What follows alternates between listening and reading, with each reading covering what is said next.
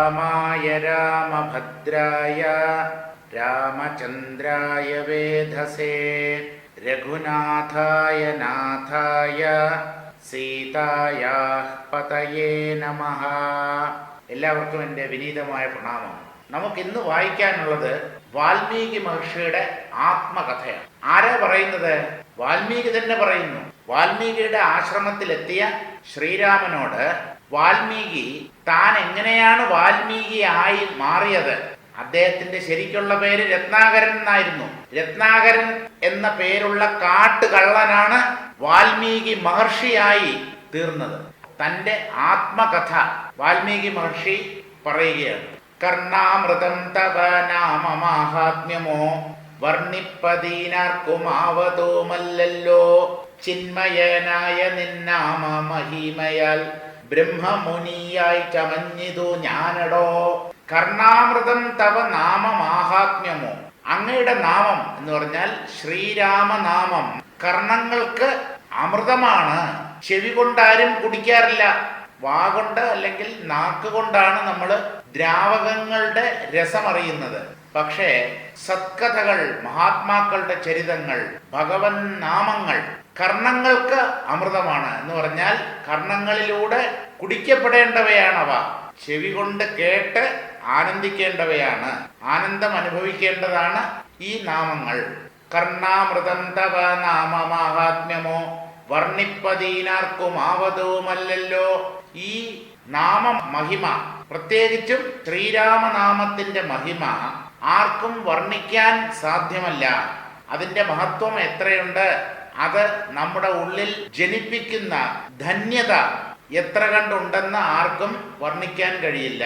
ചിന്മയനായ നിന്നാമ മഹിമയാൽ ബ്രഹ്മമുനിയായി ചമഞ്ഞിതു ഞാനടോ. ചിന്മയനായ അങ്ങയുടെ നാമം ജപിച്ചതുകൊണ്ട്, ആ നാമത്തിന്റെ മഹിമ കൊണ്ട് ഞാൻ ബ്രഹ്മജ്ഞാനിയായി തീർന്നു, ഋഷിയുടെ നിലയിലേക്ക് ഉയർന്നു. വെറും കള്ളനായിരുന്നു, പിടിച്ചുപറിക്കാരനായിരുന്നു. ആര്? ഈ വാൽമീകി മഹർഷി. വാൽമീകി ആവുന്നതിന് മുമ്പ് ചിത്സ്വരൂപനായ അങ്ങയുടെ നാമമഹിമ കൊണ്ട് ഞാൻ ബ്രഹ്മർഷി അല്ലെങ്കിൽ ബ്രഹ്മജ്ഞാനിയായി തീർന്നു. ഇതിൽ പരം രാമനാമത്തിന്റെ മഹിമ വേറെ എന്തുണ്ട്? ദുർമതി ഞാൻ കിരാതന്മാരുമായി പുരാ നിർമ്മര്യാദങ്ങൾ ചെയ്തേൻ പലതരം ജന്മമാത്രദ്വിജത്വം മുന്നമുള്ളതും ബ്രഹ്മകർമ്മങ്ങളും ഒക്കെ വെടിഞ്ഞു ഞാൻ. പിടിച്ചുപറിക്കാരനായിരുന്നു വാൽമീകി എന്നുള്ളത് ശരിയാണ്. പക്ഷേ ജന്മനാ തന്നെ ഒരു കള്ളനല്ലായിരുന്നു. ആര്? വാൽമീകി അല്ലെങ്കിൽ രത്നാകരൻ. ദുർമതി ഞാനൊരു ദുഷ്ടബുദ്ധി ആയിരുന്നു. എന്റെ ബുദ്ധി നശിച്ചുപോയി. ഞാൻ എന്ത് ചെയ്തു? പണ്ട് കിരാതന്മാരുമായി, കാട്ടാളന്മാരുമായി ചേർന്ന് അവരോടൊപ്പം നിർമ്മര്യാദങ്ങൾ ചെയ്തേൻ പലതരത്തിലുള്ള ദുഷ്പ്രവൃത്തികളും ഞാൻ ചെയ്തു, പാപകർമ്മങ്ങളും ചെയ്തു. ജന്മമാത്ര ദ്വിജത്വം മുന്നമുള്ളതും, ഞാൻ ജനിച്ചത് ദ്വിജനായിട്ടാണ്. ദ്വിജൻ എന്ന് പറഞ്ഞാൽ ഇവിടെ ബ്രാഹ്മണൻ എന്ന അർത്ഥം സ്വീകരിക്കേണ്ട. ദ്വിജന്മാർ എന്നുള്ളതിന് ബ്രാഹ്മണർ എന്നാണ് അർത്ഥമെങ്കിലും ഉപനയന സംസ്കാരമുള്ളവരൊക്കെ ദ്വിജന്മാരാണ്. കാരണം ഉപനയന സംസ്കാരത്തിന് ശേഷം ഒരു പുതിയ ജന്മം കിട്ടുന്നത് പോലെയാണ്. അതുകൊണ്ട് 2 പ്രാവശ്യം ജനിക്കുന്നവരാണ് ഈ ദ്വിജന്മാർ. ഞാൻ ദ്വിജ പരമ്പരയിൽപ്പെട്ടയാളാണ്. ഞാൻ ജന്മമാത്ര ദ്വിജത്വം, ജനനം കൊണ്ട് ദ്വിജനാണ്. എന്നാലും ബ്രഹ്മകർമ്മങ്ങളുമൊക്കെ വെടിഞ്ഞു ഞാൻ. ബ്രാഹ്മണർ ചെയ്യേണ്ടുന്ന കർമ്മങ്ങളൊക്കെ ഞാൻ ഉപേക്ഷിച്ചു. ബ്രഹ്മകർമ്മങ്ങൾ എന്ന് പറഞ്ഞിരിക്കുന്നത് കൊണ്ട് ദ്വിജൻ എന്നുള്ളതിന് ബ്രാഹ്മണൻ എന്ന അർത്ഥം സ്വീകരിക്കുന്നതിൽ തെറ്റില്ല. ഒരു ബ്രാഹ്മണൻ ചെയ്യേണ്ടുന്നതായ കർമ്മങ്ങളൊക്കെ ഞാൻ നേരത്തെ തന്നെ ഉപേക്ഷിച്ചിട്ട് കാട്ടാളന്മാരുടെ കൂടെ കൂടി അരുതാത്തത് പലതും ചെയ്തു. പിടിച്ചുപറി, ഹിംസ, ഇതൊക്കെ എന്റെ സ്വഭാവമായി മാറി. ശൂദ്ര സമാചാര തത്പരനായൊരു ശൂദ്ര തരുണിയുമായി വസിച്ചേൻ ചിരം. പുത്രരെയും വളരെ ജനിപ്പിച്ചിത് നിസ്ത്രവം ചോരന്മാരോടുകൂടെ ചേർന്നു. ജന്മന ബ്രാഹ്മണനായിരുന്നു. പക്ഷേ ബ്രാഹ്മണ കർമ്മങ്ങൾ, ബ്രാഹ്മണർ അനുഷ്ഠിക്കേണ്ടതായ സന്ധ്യാവന്തനാദി കർമ്മങ്ങളൊക്കെ ഞാൻ പൂർണ്ണമായി പരിത്യജിച്ചു. എന്നിട്ട് എന്ത് ചെയ്തു? ഒരു ശൂദ്രനെ പോലെയായി തീർന്നു. ശൂദ്ര സമാചാര തത്പരനായൊരു ശൂദ്രന്മാരുടെ പ്രവൃത്തികളിലായിരുന്നു എനിക്ക് താല്പര്യം. അങ്ങനെ മോശമായ കർമ്മങ്ങളിൽ താല്പര്യമുണ്ടായിട്ട് ശൂദ്ര തരുണിയുമായി വസിച്ചേൻ ചിരം. ഒരു ശൂദ്ര സ്ത്രീയുമായി ഞാൻ കുറെ കാലം കഴിഞ്ഞു. ആ ജീവിതത്തിന്റെ ഒടുവിൽ എന്തു സംഭവിച്ചു? പുത്രരെയും വളരെ ജനിപ്പിച്ചത് നിസ്ത്രവം ചോരന്മാരോടുകൂടെ ചേർന്നു. ആ ശൂദ്ര സ്ത്രീയിൽ കുറെ കുട്ടികളും ജനിച്ചു.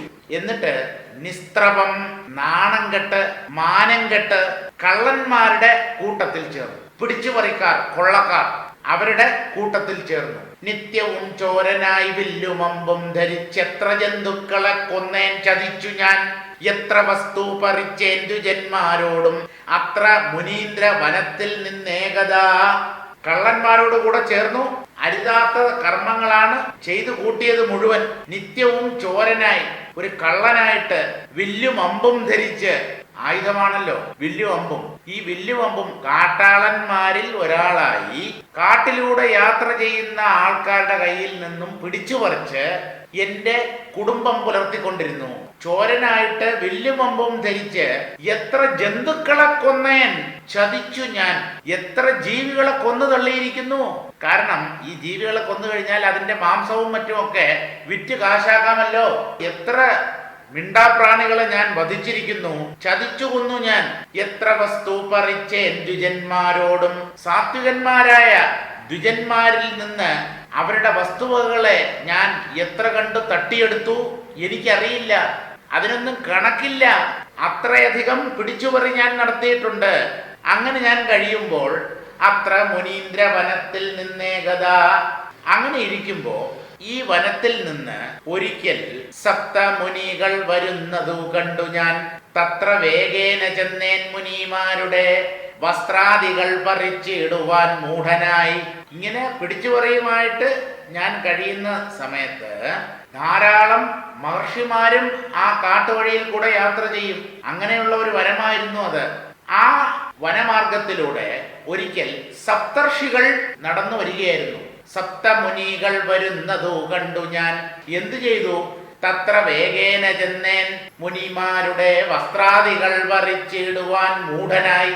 സപ്തർഷികളുടെ മഹാത്മ്യം, മഹത്വം, അവർ ആരാണ്, അവരുടെ തപശക്തി എന്താണ്, ഇതൊന്നും അറിയാതെ മൂഢനായി ആ മഹർഷിമാരുടെ വസ്ത്രം തുടങ്ങിയവ പിടിച്ചു പറിക്കാനായി ഞാൻ ചെന്നു. വാൽമീകി മഹർഷിയാണ് പറയുന്നത്. അതായത് ഒന്നും ബാക്കി വെച്ചേക്കത്തില്ല. എന്തെങ്കിലും അല്ലറ ചില്ലറ പണം ഉണ്ടാക്കാൻ അല്പമെങ്കിലും മൂല്യമുള്ള എന്തെങ്കിലും കിട്ടിക്കഴിഞ്ഞാൽ അത് മുഴുവൻ തട്ടിയെടുക്കും. വിലപിടിച്ച സാധനങ്ങൾ മാത്രമല്ല അപഹരിച്ചിരുന്നത്. മഹർഷിമാരുടെ കയ്യിൽ എന്താണ്? അവരുടെ അടുത്ത് ധനമോ സ്വർണ്ണ പണ്ടങ്ങളോ ഒന്നും ഇല്ലല്ലോ. അവരുടെ കയ്യിലുള്ളത് ഉടുതുണി മാത്രമാണ്. ആ ഉടുവസ്ത്രം പോലും പറിച്ചെടുക്കാനായി ഞാൻ മൂഢനായി അവരുടെ അടുത്ത് ചെന്നു. മധ്യാഹ്നമാർത്താണ്ഡ തേജസ്വരൂപികൾ നിർദ്ദയം പ്രാപ്തനാം ദുഷ്ടനാം എന്നെയും വിദ്രുതം നിർജ്ജനെ ഘോര മഹാവനെ ദൃഷ്ട്വാ സസംഭ്രമം എന്നോടരുൾ ചെയ്തു. മധ്യാഹ്ന മാർത്താണ്ഡ തേജസ്വരൂപികൾ, പരമ തേജസ്വികളാണ് ഈ സപ്തർഷികൾ. മധ്യാഹ്ന സൂര്യനെ പോലെ കണ്ണഞ്ചിപ്പിക്കുന്ന പ്രകാശം ചൊരിയുന്ന ആ തേജോരൂപികൾ നിർദ്ദയം പ്രാപ്തനാം ദുഷ്ടനാം എന്നെയും, യാതൊരു ദൈവവും കൂടാതെ അവരുടെ അടുത്ത് എത്തിച്ചേർന്ന ദുഷ്ടനായ എന്നെ വിദ്രുതം നിർജ്ജനെ ഘോര മഹാവനെ, ആളൊഴിഞ്ഞ ആ കൊടും കാട്ടിൽ അതിവേഗം അവരുടെ അടുക്കൽ ഓടിച്ചെന്ന എന്നോട് അവരൊരു കാര്യം പറഞ്ഞു എന്നാണ്. എങ്ങനെ? ദൃഷ്ട്വാ സസംഭ്രമം എന്നോട് അരുൾ ചെയ്തു. വളരെ തിടുക്കത്തോടുകൂടി, അല്പം വെപ്രാളത്തോടുകൂടി, സംഭ്രമത്തോടുകൂടി ആ സപ്തർഷികൾ എന്നോട് അരുളി ചെയ്തു. എന്താണ് സപ്തർഷികൾ ഈ കാട്ടുകള്ളനോട് പറഞ്ഞത്? തിഷ്ഠ തിഷ്ഠത്വയാ കർത്തവ്യമത്ര കിം ദുഷ്ടാമതേ പരമാർത്ഥം പറകെന്ന് തുഷ്ട്യാ മുനീവരന്മാരരുൾ ചെയ്തപ്പോൾ നിഷ്ഠുരാത്മാവായ ഞാനും അവർകളോട് ഇഷ്ടം മതീയം പറഞ്ഞേൻ നൃപാത്മജ. നില്ല് നില്ല്, തിഷ്ഠ തിഷ്ഠ, ത്വയാ കർത്തവ്യമത്ര കിം, നിനക്കെന്താണ് ഇവിടെ കാര്യം? ദുഷ്ടമതേ, ഇടോ ദുർബുദ്ധേ, പരമാർത്ഥം പറക. നീ എന്തിനാണ് ഞങ്ങളെ ഇങ്ങനെ ഓടിച്ചു പിടിക്കാൻ ശ്രമിക്കുന്നത്? ഞങ്ങളുടെ കയ്യിൽ ഒന്നുമില്ലല്ലോ, തപസ്വികളുടെ കയ്യിൽ നിന്നും പിടിച്ചു പറിക്കാൻ മാത്രം മൂഢനായി പോയോ നീ? സത്യം പറയൂ, നീ എന്തിനാണ് ഞങ്ങളുടെ അടുത്തേക്ക് പാഞ്ഞു വന്നത്? തുഷ്ടിയാ മുനീവരന്മാരരുൾ ചെയ്തപ്പോൾ, ഇങ്ങനെ ആ മുനിവര്യന്മാർ എന്നോട് ചോദിച്ചപ്പോൾ, നിഷ്ഠുരാത്മാവായ ഞാനും അവർകളോട്, നിഷ്ഠുരൻ നിർദ്ദയനും ക്രൂരനുമായ ഞാൻ അവരോട് ഇഷ്ടം മതീയം പറഞ്ഞേൻ നൃപാത്മജ. ഹേ രാജകുമാര, രാജകുമാരനായ ശ്രീരാമചന്ദ്ര, എന്റെ ഇഷ്ടം, ഞാൻ എന്തിനാണ് അവരുടെ അടുത്ത് ഓടിയെത്തിയത്, പാഞ്ഞടുത്തത് എന്നുള്ള കാര്യം ഞാൻ പറഞ്ഞു. ആ കാട്ടുകള്ളൻ സപ്തർഷികളോട് എന്താണ് പറഞ്ഞത്? പുത്രധാരാദികളുണ്ട് എനിക്കെത്രയും, ക്ഷുത്രപ്രപീഡിതന്മാരായിരിക്കുന്നു, വൃത്തി കഴിപ്പാൻ വഴി പോക്കരോട് ഞാൻ നിത്യം പിടിച്ചു പറിക്കുമാറാകുന്നു. എന്താ പറയുന്നത്?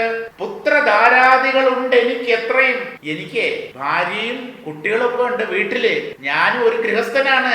ക്ഷുത്രപ്രപീഡിതന്മാരായിരിക്കുന്നു, ഞങ്ങൾക്ക് ഈ വിശപ്പ്, ദാഹം തുടങ്ങിയ വികാരങ്ങളൊക്കെ ഉണ്ട്, ഞങ്ങൾക്ക് ജീവിക്കാൻ വേറെ നിവൃത്തിയില്ല. വൃത്തി കഴിപ്പാൻ വഴി പോക്കരോട് ഞാൻ, ഞങ്ങളുടെ ജീവിത വൃത്തിക്ക് വേണ്ടി ഈ കാട്ടിലൂടെ പോകുന്ന വഴിപോക്കരോട് നിത്യം പിടിച്ചു പറിക്കുമാറാകുന്നു. പിടിച്ചു പറയാണ് ഞാൻ നടത്തുന്നത് ദിവസേന. ഈ കാട്ടിലൂടെ പോകുന്ന ആൾക്കാരെ ആശ്രയിച്ചാണ് എന്റെ ജീവിതം, എന്റെയും എന്റെ കുടുംബത്തിന്റെയും ജീവിതം. നിങ്ങളോടും ഗ്രഹിച്ചിടണം ഏതാനും, ഇങ്ങനെ ചിന്തിച്ചു വേഗേന വന്നു ഞാൻ. ചൊന്നാർ മുനീവരന്മാരതു കേട്ടുടൻ, എന്നോട് മന്ദസ്മിതം ചെയ്തു സാദരം. പിടിച്ചുപറി എന്റെ ഉപജീവന മാർഗമാണ്, വേറെ വഴിയില്ല. കുടുംബം പോറ്റാനാണ് ഞാൻ ഇതൊക്കെ ചെയ്യുന്നത്. നിങ്ങളോടും ഗ്രഹിച്ചിടണം ഏതാനും, നിങ്ങളുടെ കയ്യിലുള്ളതും പിടിച്ചു പറിക്കാൻ തന്നെയാണ് ഞാൻ ഇപ്പൊ വന്നിരിക്കുന്നത്. നിങ്ങളെയും ഞാൻ ചുമ്മാതെ വിടില്ല, അപഹരിച്ചിട്ടേ നിങ്ങളെ വിടൂ ഇവിടുന്ന്. ഇങ്ങനെ ഒരു ചിന്ത കൊണ്ടാണ് ഞാൻ നിങ്ങളുടെ അടുത്തെത്തിയത് എന്ന് ഞാൻ പറഞ്ഞത് കേട്ടിട്ട്, ചൊന്നാർ മുനീവരന്മാരതു കേട്ടുടൻ എന്നോട് മന്ദസ്മിതം ചെയ്തു സാദരം. അവർക്ക് അല്പം പോലും സംഭ്രമം തോന്നിയില്ല. അവരെന്ത് ചെയ്തു? ആ മുനിവരന്മാർ പുഞ്ചിരി തൂക്കിക്കൊണ്ട് എന്നോട് പറഞ്ഞു. എന്താ പറഞ്ഞത്? എങ്കിൽ നീ ഞങ്ങൾ ചൊല്ലുന്നത് കേൾക്കണം, നിൻ കുടുംബത്തോട് ചെന്നു ചോദിക്ക നീ, നിങ്ങളെ ചൊല്ലി ഞാൻ ചെയ്യുന്ന പാപങ്ങൾ നിങ്ങൾ കൂടെ പകുത്തൊട്ട് വാങ്ങിയിടുമോ? ഞങ്ങളെ നിന്നോടൊരു കാര്യം പറയാം, നീ അത് നിന്റെ കുടുംബത്തോട് ചെന്ന് ചോദിക്കണം. അതായത് ഭാര്യയോടും കുട്ടികളോടും ചെന്ന് ഞങ്ങൾ ചോദിക്കുന്ന ചോദ്യം നീ ചെന്ന് ചോദിക്കണം. എങ്കിൽ നീ ഞങ്ങൾ ചൊല്ലുന്നത് കേൾക്കണം. ഓ, ഇങ്ങനെ ഉപജീവനം നടത്തുന്നയാളാണല്ലേ, പിടിച്ചുപറി തൊഴിലാക്കിയ ഒരാളാണല്ലേ, എന്നാലേ ഞങ്ങൾ പറയുന്നത് നീ ഒന്ന് കേൾക്കണം. എന്താണ്? നിൻ കുടുംബത്തോട് ചെന്ന് ചോദിക്ക. നീ നിന്റെ കുടുംബത്തോട് ചെന്ന് ചോദിക്ക്. എന്താ ചോദിക്കേണ്ടത്? നിങ്ങളെ ചൊല്ലി ഞാൻ ചെയ്യുന്ന പാപങ്ങൾ നിങ്ങൾ കൂടെ പകുത്തൊട്ട് വാങ്ങിയിടുമോ? നിങ്ങൾക്ക് വേണ്ടിയാണ് ഞാൻ ഈ പാപം ചെയ്യുന്നത്. പിടിച്ചുപറി എന്നുള്ളത് പുണ്യകരമായ പ്രവൃത്തിയൊന്നും അല്ലല്ലോ. അപ്പോൾ ഇത് പാപമാണെന്ന് ഈ പിടിച്ചുപറിക്കാരനെ നല്ലപോലെ അറിയാം, പക്ഷേ വേറെ നിവൃത്തിയില്ല. അതുകൊണ്ട് നിങ്ങളെ ചൊല്ലി ഞാൻ ചെയ്യുന്ന പാപങ്ങൾ നിങ്ങൾക്ക് വേണ്ടിയാണ് ഞാൻ ഈ പിടിച്ചുപറി അല്ലെങ്കിൽ പാപകർമ്മങ്ങൾ, ഹിംസയൊക്കെ ചെയ്യുന്നത്. നിങ്ങൾ ഈ പാപത്തിന്റെ പങ്ക് പറ്റാൻ തയ്യാറുണ്ടോ? പാപകർമ്മം ചെയ്ത് കിട്ടുന്ന മുതലേ ആ പണം അത് നിങ്ങൾ പകുത്തെടുക്കുന്നു എന്ന് പറഞ്ഞാൽ, ഞാൻ കൊണ്ടുവരുന്ന സമ്പാദ്യത്തിൽ നിന്നാണല്ലോ നിങ്ങൾ ജീവിക്കുന്നത്, ആഹാരവും മറ്റും കഴിക്കുന്നത്, വസ്ത്രം കൊടുക്കുന്നത്. അങ്ങനെ ആകുമ്പോ ഞാൻ ഈ പാപകർമ്മം ചെയ്യുന്നു, പാപം ചെയ്യുന്നവനാണ് അതിന്റെ ഫലം കിട്ടുക. ആ പാപത്തിന്റെ ഫലം അതിലും നിങ്ങൾ പങ്ക് സ്വീകരിക്കുമോ എന്നൊന്ന് ചോദിച്ചിട്ട് വരൂ താൻ എന്ന് സപ്തർഷികൾ വാൽമീകിയോട് പറഞ്ഞു എന്ന് പറയാൻ പറ്റില്ല. വാൽമീകി ആവുന്നതിന് മുമ്പ് അദ്ദേഹത്തിന്റെ പേര് രത്നാകരൻ എന്നായിരുന്നു. ആ രത്നാകരനോട് ഇങ്ങനെ ചോദിച്ചിട്ട് വരാൻ പറഞ്ഞു. എന്നു നീ ചെന്നു ചോദിച്ചു വരുവോളം നിന്നീടും അത്രൈവ ഞങ്ങൾ നിസ്സംശയം. ഇത്തമാകർണ്യ ഞാൻ വീണ്ടുപോയി ചൊന്നു മത്പുത്രധാരാദികളോട് ചോദ്യം ചെയ്തേൻ. ഞാൻ കുടുംബത്തിൽ ചെന്ന് ഈ ചോദ്യം ചോദിച്ചിട്ട് വരുന്നത് വരെ നിങ്ങൾ ഇവിടെ ഉണ്ടാവും എന്നുള്ളതിന് ഉറപ്പുണ്ടോ? നിങ്ങൾ അങ്ങ് ഇവിടുന്ന് പമ്പ കടന്നാലോ? അങ്ങനെ നീ സംശയിക്കണ്ട, ഞങ്ങൾ നിന്നെ തന്നെ പ്രതീക്ഷിച്ച് ഇവിടെ തന്നെ ഉണ്ടാവും. മഹർഷിമാരാണ്, കള്ളം പറയില്ല, വാക്ക് മാറ്റി പറയുന്ന സ്വഭാവം മഹർഷിമാർക്കില്ല. അതുകൊണ്ട് ആ സപ്തർഷികൾ എന്തു പറയുന്നു? എന്ന് നീ ചെന്ന് ചോദിച്ചു വരുവോളം നീ നിന്റെ ഭാര്യയോടും കുട്ടികളോടും ഞങ്ങൾ ചോദിച്ച ചോദ്യം ചോദിച്ചിട്ട് അവരെന്തു പറയുന്നു എന്നുള്ളത് കേട്ടിട്ട് മടങ്ങി വരുന്നത് വരെ നിന്നിടുമത്രൈവ, ഞങ്ങൾ ഇവിടെ തന്നെ നിൽക്കും, നിസ്സംശയം. ഈ കാര്യത്തിൽ നീ സംശയിക്കുകയേ ചെയ്യണ്ട. യുദ്ധമാകർണ്യ, ഞാൻ മഹർഷിമാരാണല്ലോ, ഇത്ര കാട്ടുകള്ളനായാലും മഹർഷിമാരോട് ഒരു ആദരവും വിശ്വാസവും ഒക്കെ ഉള്ളയാളാണ്. ഇങ്ങനെ ഈ മഹർഷിമാരുടെ വാക്ക് കേട്ട് ഞാൻ വീണ്ടും എന്റെ വീട്ടിലേക്ക് പോയി. മത് പുത്രധാരാദികളോട് ചോദ്യം ചെയ്തേൻ, എന്റെ കുട്ടികളോടും ഭാര്യയോടും ഈ മഹർഷിമാർ ചോദിച്ച ചോദ്യം ഞാൻ ചോദിച്ചു. എന്താണ്? എന്റെ പാപകർമ്മത്തിന്റെ പങ്ക് നിങ്ങളും വീതിച്ചെടുക്കുമോ? അതിൽ പങ്കാളികളാകുമോ? ഞാൻ കൊണ്ടുവരുന്ന സമ്പത്ത് നിങ്ങൾ അനുഭവിക്കുന്നു, ആ പാപകർമ്മത്തിന്റെ ഫലം കൂടെ നിങ്ങൾ അനുഭവിക്കാൻ തയ്യാറുണ്ടോ എന്നാണ് ചോദിക്കാൻ പറഞ്ഞത്. ആ ചോദ്യം തന്റെ കുടുംബാംഗങ്ങളോട് ചോദിക്കാനായി രത്നാകരൻ പോകുന്നു. അദ്ദേഹം അവിടെ ചെന്ന് ഈ ചോദ്യം ചോദിക്കുമ്പോൾ അദ്ദേഹത്തിന്റെ കുടുംബാംഗങ്ങൾ എന്തു മറുപടിയാണ് നൽകുന്നത് എന്നുള്ളത് നമുക്ക് നാളെ വായിക്കാം.